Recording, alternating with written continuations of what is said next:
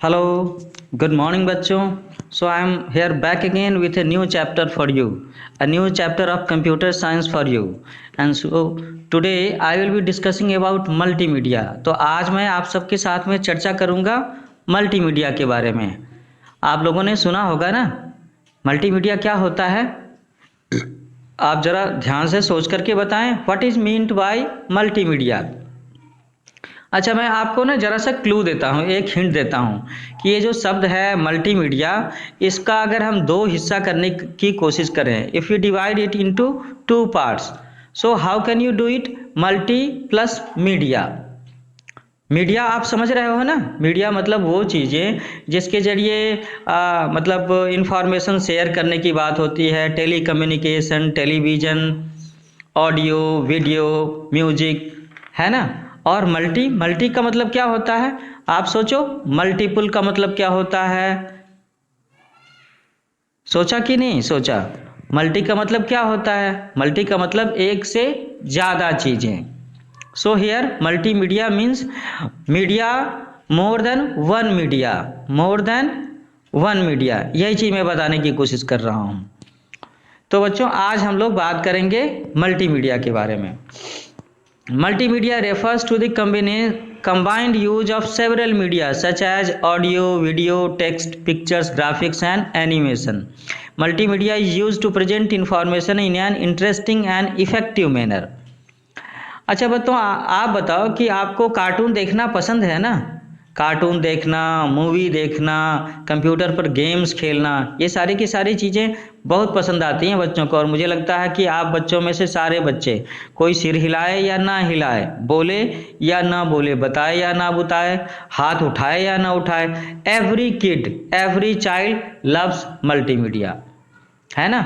और वो डायरेक्टली या इनडायरेक्टली अपनी ज़िंदगी में मल्टीमीडिया चीज़ों के साथ में इंटरेक्ट करते हैं, और वो कंप्यूटर पर भी मल्टीमीडिया एप्लीकेशंस रन करते हैं, है ना। तो मैंने क्या बताया कि multimedia refers to the combined use of several media, combined use of several media.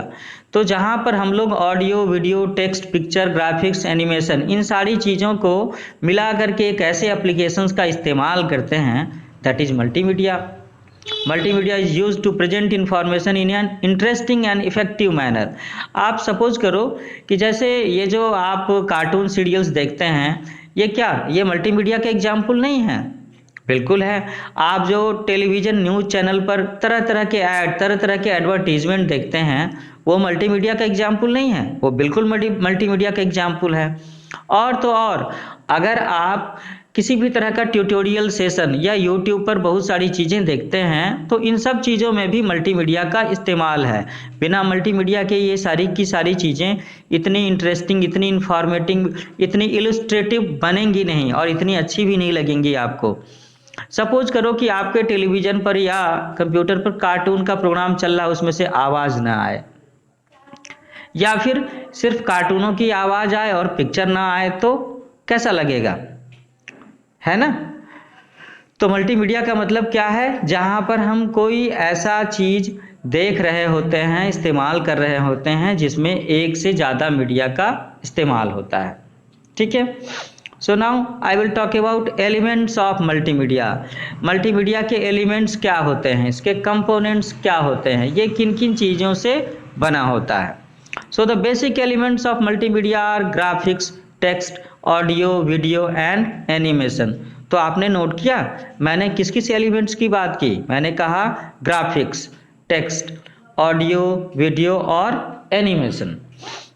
Animation तो समझ रहे हैं ना आप, ये जो कार्टून फिल्में होती हैं, ये एनिमेटेड ही तो हैं, बिल्कुल एनिमेटेड हैं। अच्छा, तो अब हम लोग एक एक कंपोनेंट्स को ज़रा सा डिस्क्राइब करते हैं। What is graphics? Graphics refers to the pictures that make a multimedia program interesting and attractive. मेरे ख्याल से आप सब बच्चों में से कई बच्चों को वर्ड में काम करना आता होगा। हाँ, मैं बिल्कुल MS वर्ड की बात कर रहा हूँ, और मेरे ख्याल से आप लोगों को पावर पॉइंट में भी थोड़ा सा काम करना आता होगा।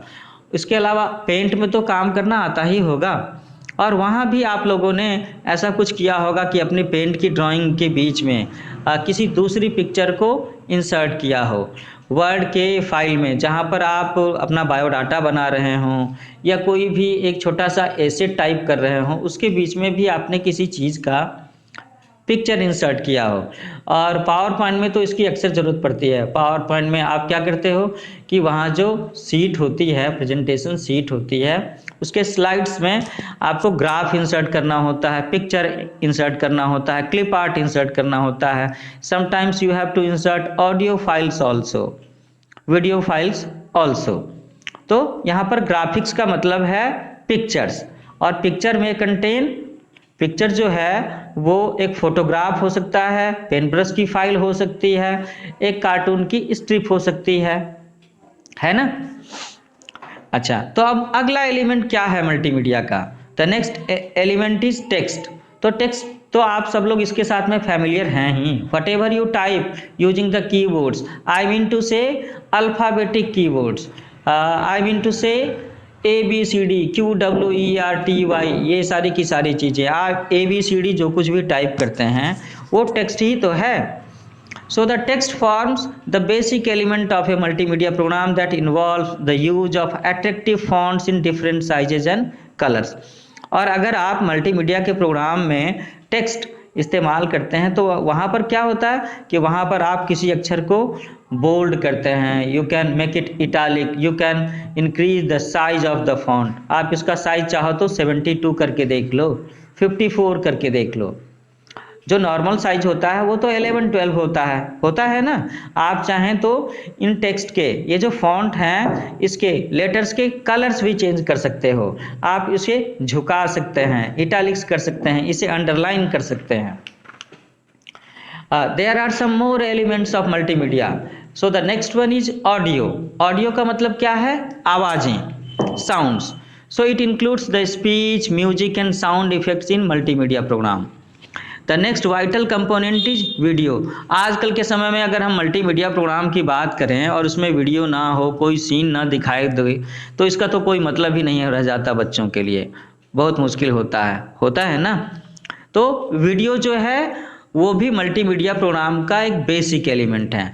And the last thing and the most important element is animation, बच्चों के पॉइंट ऑफ व्यू से। क्योंकि अगर उनके मल्टीमीडिया के प्रोग्राम में एनिमेशन ना हो, कार्टून ना हो, चलती फिरती तस्वीरें ना हो, तो फिर तो उन्हें अच्छा ही नहीं लगेगा। So animation is a process of making a film in which drawings and images appear to move. उसमें ऐसा होता है, ऐसा लगता है जैसे कि हमारी जो बनाई हुई ड्राइंग्स हैं, कोई कार्टून कैरेक्टर है वो चल रहा होता है, बोल रहा होता है, बिल्कुल वो मोशन में होता है ना। Now we will talk about what are the usages of multimedia. Multimedia का क्या इस्तेमाल है? आप जरा सोच करके देखो कि आपकी ज़िंदगी में मल्टीमीडिया का क्या इस्तेमाल है। तो मेरे ख्याल से आपके इंटरटेनमेंट के लिए मल्टीमीडिया चाहिए, आपके एजुकेशन के लिए भी मल्टीमीडिया चाहिए ना। So multimedia is use for different purposes such as creating computer games, preparing educational CDs और DVDs, creating presentations, making animated movies, advertisements and cartoons, recording and editing music also. तो इतने सारे इस्तेमाल हैं मल्टीमीडिया के कि मल्टीमीडिया की मदद से हम कंप्यूटर गेम्स बना सकते हैं, हम एजुकेशनल CD और DVD बना सकते हैं, हम लोग बहुत ही इंटरेस्टिंग और बहुत ही इंफॉर्मेटिव प्रेजेंटेशंस बना सकते हैं। जी हाँ, ये प्रेजेंटेशन वही है जो आप पावर पॉइंट का इस्तेमाल करके बनाते हो ना। मल्टीमीडिया का इस्तेमाल करके हम लोग एनिमेशन मूवीज़ भी बना सकते हैं। We can make advertisements also and cartoon films also. अच्छा, आजकल कुछ बच्चों में इस चीज़ का क्रेज़ है और वो थोड़े से इम्प्रेस्ड भी होते हैं और एक नया तरह का कैरियर भी, एक नया सेक्टर उभर करके आ रहा है। कई बच्चे कभी कभी बोलते हैं, मुझे तो 10 बच्चों में से 1-2 बच्चों के मुँह से सुनने को मिला है that he want to be a YouTuber. वो यूट्यूबर बनना चाहता है। तो अगर कोई बच्चा यूट्यूबर बनना चाहता है तो उसे तो म्यूजिक रिकॉर्ड करना होगा, म्यूजिक एडिट करने की भी ज़रूरत होगी, उसे ना साउंड की टिकिंग भी करना की ज़रूरत पड़ सकती है, उसे उसके साथ में वीडियो को मिक्स करना भी हो सकता है, वीडियो को बार बार काटना छाटना भी हो सकता है, साउंड में पर्टिकुलर किसी एक साउंड नोट को इंक्रीज करना, डिक्रीज करना, है ना, उसे मेलोडियस बनाने की भी ज़रूरत हो सकती है। तो इन सारे चीज़ों को करने के लिए हम मल्टीमीडिया का इस्तेमाल करते हैं। So nowadays many educational multimedia CDs and DVDs are available. They have all the elements of multimedia that make the topic easy and interesting. These programs are interactive also. तो आजकल के समय में बहुत सारे बच्चों के लिए काफ़ी सारा मल्टीमीडिया CD और DVD अवेलेबल है, जिसमें बच्चों को खास तौर पर साइंस पढ़ाने के लिए ये बहुत ही इंटरेस्टिंग होता है। जैसे अगर उसमें सोलर सिस्टम की बात होगी तो बच्चों को उसमें ये भी दिखाया जाता है कि इस तरीके से सूरज घूम रहा है, इस तरीके से इसके चारों तरफ में अर्थ का मूवमेंट ये है, अर्थ का रोटेशन ऐसे है, अर्थ का सूरज के चारों तरफ में रिवोल्यूशन ऐसे है, दिन रात ऐसे होते हैं, और अर्थ के चारों ओर मून का मूवमेंट भी उन्हें दिखाई देता है। और इस तरह की ये जो चीज़ें होती हैं ये बिना मल्टीमीडिया के बनाए ही नहीं जा सकती। बच्चों के लिए काफ़ी सारे पजल्स होते हैं, गेम्स होते हैं, क्विजेस भी होते हैं, उसमें भी मल्टीमीडिया का बहुत ज़बरदस्त इस्तेमाल है। और इन्हें इस्तेमाल करने की वजह से बच्चों को ये सारे टॉपिक्स पढ़ाना समझाना बहुत ही आसान हो जाता है। तो these programs are interactive also. इसमें इंटरेक्टिव होने का मतलब ये है कि इसमें समय समय पर स्क्रीन पर आपके लिए क्वेश्चंस आते हैं, and the child have to respond it. आपको उसमें जवाब देना होगा। You will have to use the mouse, you will have to use the keyboard, you will have to make a choice. आपको किसी ऑप्शन पर क्लिक करना हो सकता है ना। Left arrow keys, right arrow keys का भी इस्तेमाल करना हो सकता है। ठीक है, तो इंटरेक्टिव का मतलब होता है कि इस तरह के मल्टीमीडिया एप्लीकेशंस में यूजर को रिस्पॉन्ड करना होता है। You can also give input and get the result. तो वही बात मैंने कहा ना। और वो जो क्विज वाले प्रोग्राम होते हैं, पजल्स होते हैं, उसमें तो बच्चों को रिस्पॉन्ड करना बहुत ही ज़रूरी होता है और उन्हें अपने इनपुट्स देने होंगे। They will have to use either mouse or the keyboard. Sometimes you may have to use microphones also. कई बार आपको माइक्रोफोन, हेडफोन की भी ज़रूरत पड़ सकती है। तो ठीक है, अब हम लोग देखते हैं कि हमें एक मल्टीमीडिया कंप्यूटर के लिए क्या क्या हार्डवेयर रिक्वायरमेंट्स हैं। What are the hardware requirements of a multimedia computer. हमारे कंप्यूटर में क्या क्या चीज़ें होंगी, इसेंशियली ज़रूर होंगी, और तभी हम उसे एक मल्टीमीडिया कंप्यूटर कह सकते हैं। तो बच्चों ज़रा सोच करके बताओ कि क्या क्या चीज़ें हो सकती हैं। तो हमारे कंप्यूटर में एक साउंड कार्ड का होना ज़रूरी होगा, स्पीकर सेट्स का होना ज़रूरी होगा, हेडफोन्स का होना ज़रूरी होगा। We will also need microphone. और अगर हमारे कंप्यूटर में CD और DVD ड्राइव ना हो तो फिर हम लोग मूवी, एनिमेशन, म्यूजिक ये सारा कुछ प्ले कैसे करेंगे। और अगर ये हाई वॉल्यूम डेटा है then how we will store it. और अगर ये CD DVD ड्राइव ना हो तो आपको जो एजुकेशनल मल्टीमीडिया CD या DVD आपके स्कूल से दिया जाता है, आपकी किताबों में होता है या आपके पेरेंट्स ला कर के देते हैं, तो आप इसे चलाओगे कैसे, है ना। तो हमारे मल्टीमीडिया कंप्यूटर के लिए क्या क्या रिक्वायरमेंट्स हैं। Sound card, speaker, headphones, microphone और CD DVD। अब हम लोग ये देखते हैं कि क्या बेसिक स्टेप्स हो सकते हैं कि अगर मुझे किसी मल्टीमीडिया CD प्रोग्राम को इंस्टॉल करना है अपने कंप्यूटर में तो क्या करना होगा। क्या करना होगा, जरा सोच करके बताइए क्या करना होगा। तो actually we will have to insert the multimedia CD। ये एक CD हो सकता है या DVD हो सकता है। इसे हमें अपने कंप्यूटर के DVD ड्राइव में डालना होगा, और जैसे ही हम इसे प्ले करेंगे तो इसमें कहीं ना कहीं एक इसका ऑटो रन प्रोग्राम होता है या एक सेटअप नाम का प्रोग्राम होता है। We will have to choose it, we will have to click it. Sometimes it gets run automated also. कई बार ये अपने आप भी चल जाता है, और कई बार एक छोटा सा एक वार्निंग, एक डायलॉग बॉक्स आपके कंप्यूटर की स्क्रीन पर आएगा कि ये प्रोग्राम इसे ऑटो रन करना है, तो आप इसे अलाउ करते हो या नहीं करते हो। और जैसे ही आप अलाउ करने के लिए क्लिक करोगे ये प्रोग्राम चलना शुरू हो जाएगा।